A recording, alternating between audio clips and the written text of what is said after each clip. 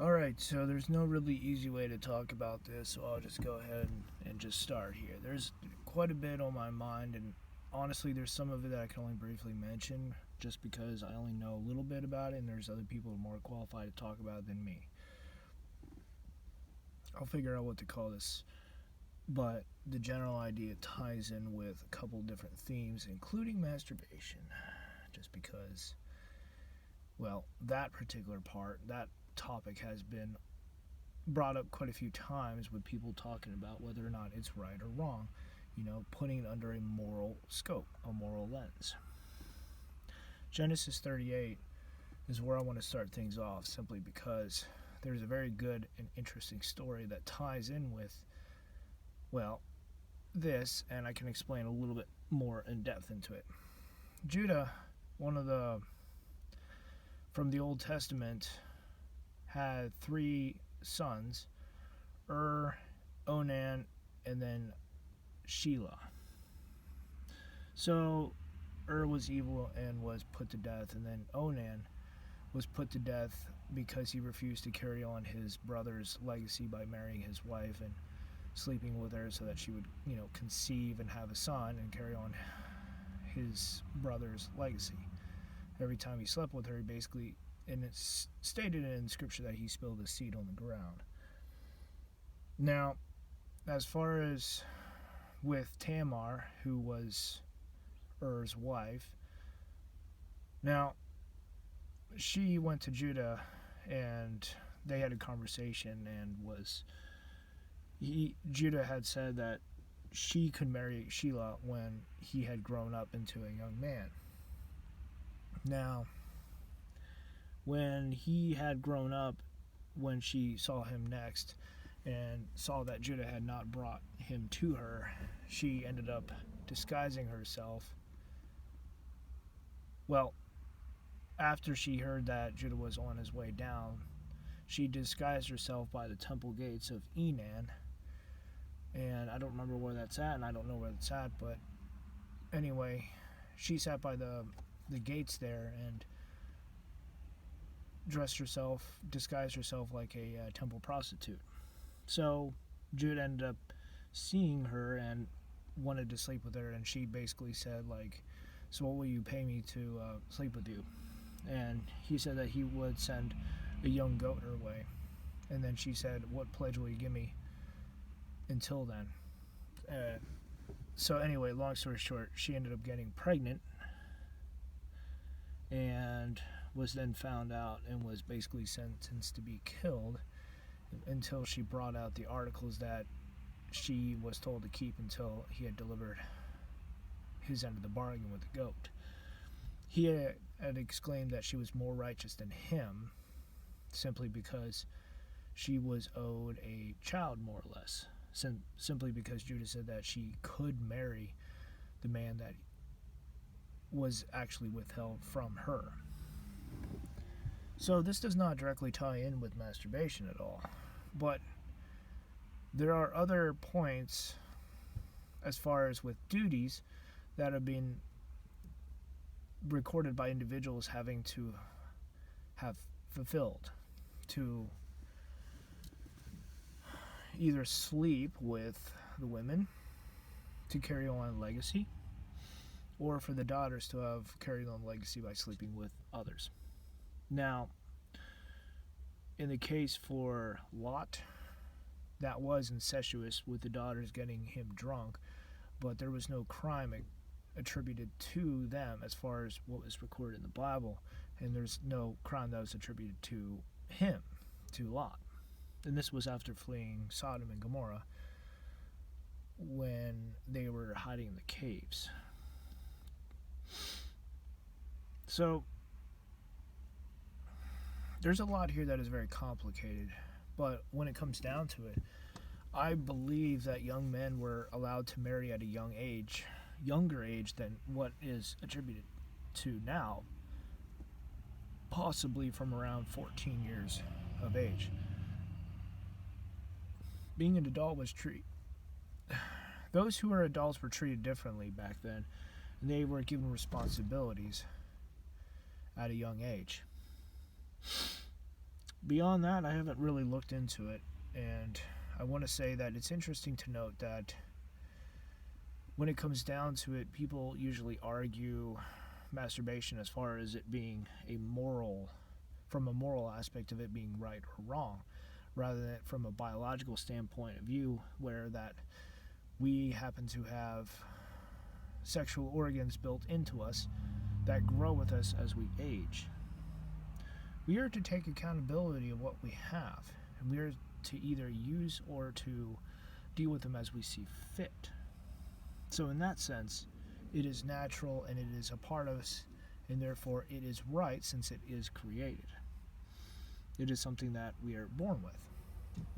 Now, I think there are incredible immoralized now to deal with and just try to sift through them before, specifically since culture wants to tell others how to live and how to be and what is okay and what's not, without even talking about the consequences of this. It's been recorded that masturbation actually brings about chemical changes inside of your head, your brain specifically, relinking neural pathways and creating new ones, and forming addictions.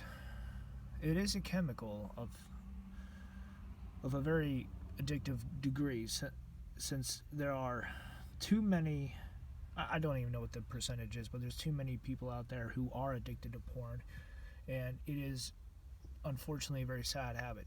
When you have, the issue goes deeper to the point where when you have men and women separated and kept from each other, you get lonely, single, and unfortunately horny people who have no one to be with and no one to start up a family to enjoy each other.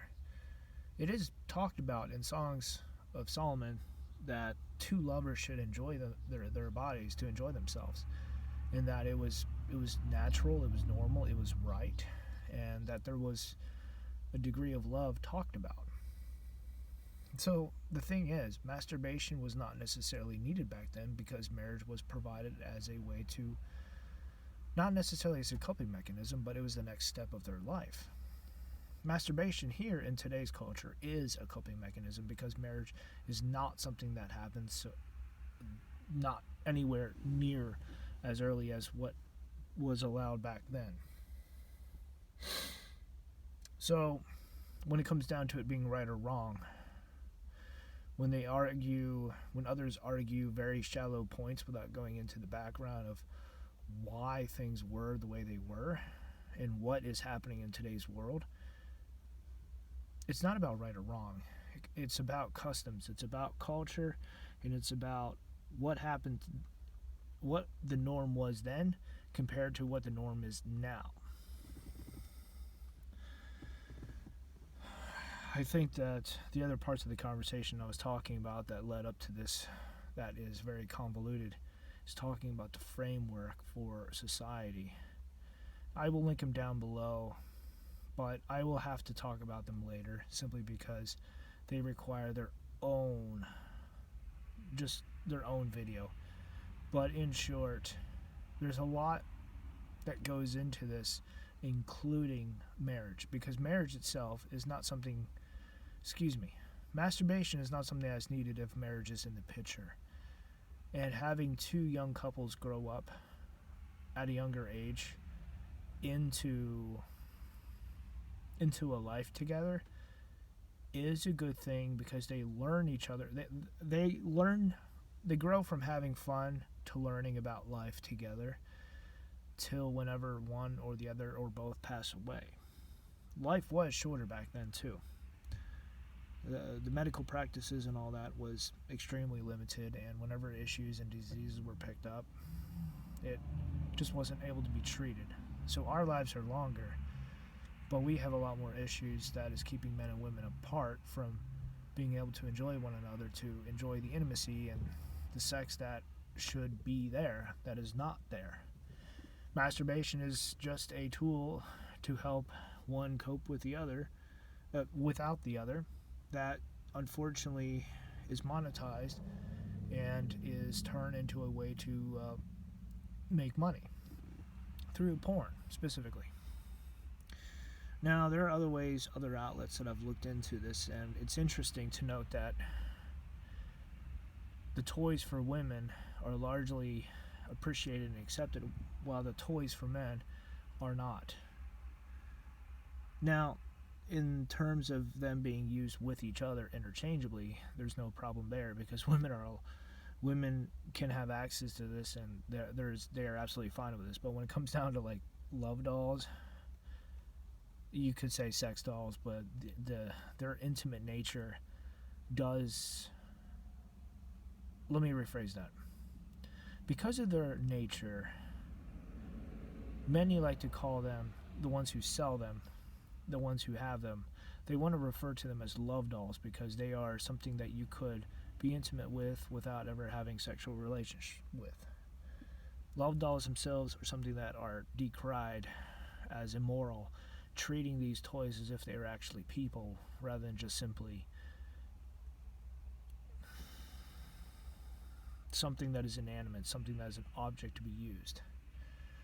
Trying to turn something like that into an actual person is wrong, simply because you're taking something that is inanimate and making it into a living, breathing person, more or less. Now, trying to mimic life is a little bit different, in the sense that you are not trying to make it be human. You're just simply trying to make it mimic life. That's a little bit different. You're not trying to necessarily. You're trying to add. The doll makers are trying to add to life by making them, and they are trying to replace the absence of the opposite sex, or in some cases the same sex, because they now have dolls for both genders.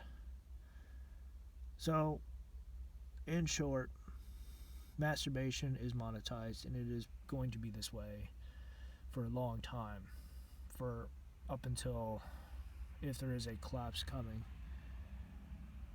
where things will end up being reset. I don't think anyone wants that to happen, but in short, masturbation is not something that is a moral issue. It is more of a biological issue with components that tie to what is right and what is wrong, if that makes sense. Anyway, until next time.